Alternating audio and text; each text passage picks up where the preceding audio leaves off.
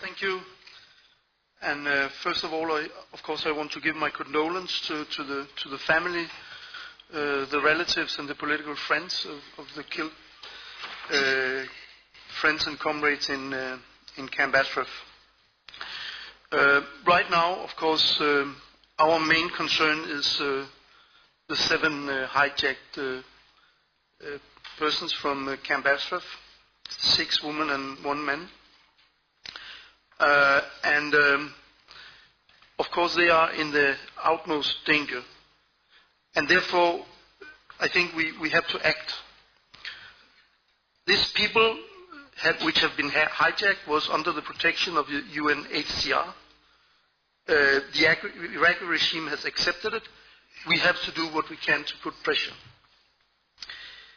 Of course, we also have a concern about the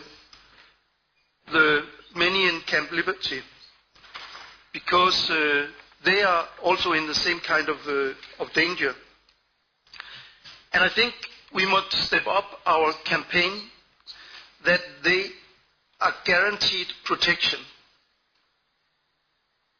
They are under the protection in formal sense of the UNHCR, and therefore, of course, we must insist that UNHCR and UN personnel is protecting them. There has to be blue helmet there to protect these people. We know that the international have a responsibility to protect people in that situation. And therefore, we have to insist that something is happening right now. Then I think that we have also, but as a second priority, but we also have to insist that we need a full international and independent investigation of what has happened. We cannot believe in any investigation done by the Iraqi government, not even by the UNHCR or UN. We need a full independent investigation. And that should be my final remark, because whatever had happened and whatever will happen, we have to state very clearly that the responsible for these crimes, they will be punished. It can take short, it can take long, but they will be punished. And we will do our utmost to secure that. Thank you. Thank you, Struan. I will try to make very brief and rather practical remark in this very tragic situation. And this is about also our responsibility for institutional or formal consequences on the EU side. I do believe that we still have ways and means how to handle with that issue, not only on our personal level, on the level of engagement of our national governments and ministries of foreign affairs. And I do believe that what Struan said about responses and reactions of Mrs. Ashton to this situation is really something we cannot accept. And we have to demand more. We have to demand practical steps. We have to demand stronger response. And we have to demand a real EU engagement and EU institutional engagement into this whole situation.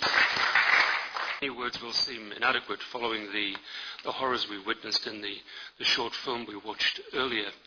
I absolutely share the sense of outrage and anger and frustration that you've expressed, Struan, and other speakers here this afternoon. I've been a member of this place for almost 30 years, and since the very earliest days of my membership of the European Parliament, I've worked closely with the PMOI. At least one of the friends I've worked with and made over the years, who spent many hours in my office here in the European Parliament, features in one of these pictures. And there are probably others among the 52 that died in that horrible massacre on the 1st of September. Of course, our immediate concern has to be the hostages. I wrote an email to Cathy Ashton yesterday morning to her personal email address and received assurances from her that she was working with the US, with the UN and our own services to intervene, to do her very best to secure the release of the hostages. I share the view that our concern now has to focus on liberty. We need not only an independent inquiry into what happened on the 1st of September. I agree absolutely that it's not good enough for our High Representative to welcome the idea of an investigation by Maliki. We need an independent investigation. But we also need, as a matter of urgency, a UN presence in Camp Liberty. We need the blue helmets there. It is the UN's responsibility to protect these individuals. They've done nothing to protect the people who died on the 1st of September in Camp Ashraf. We have to make sure all of us, across party, really do redouble our efforts to work with, particularly the High Representative and her services, to make sure that there is a direct intervention. No more appeasing Maliki. Let's have direct intervention to secure the safety of the people of Camp Liberty.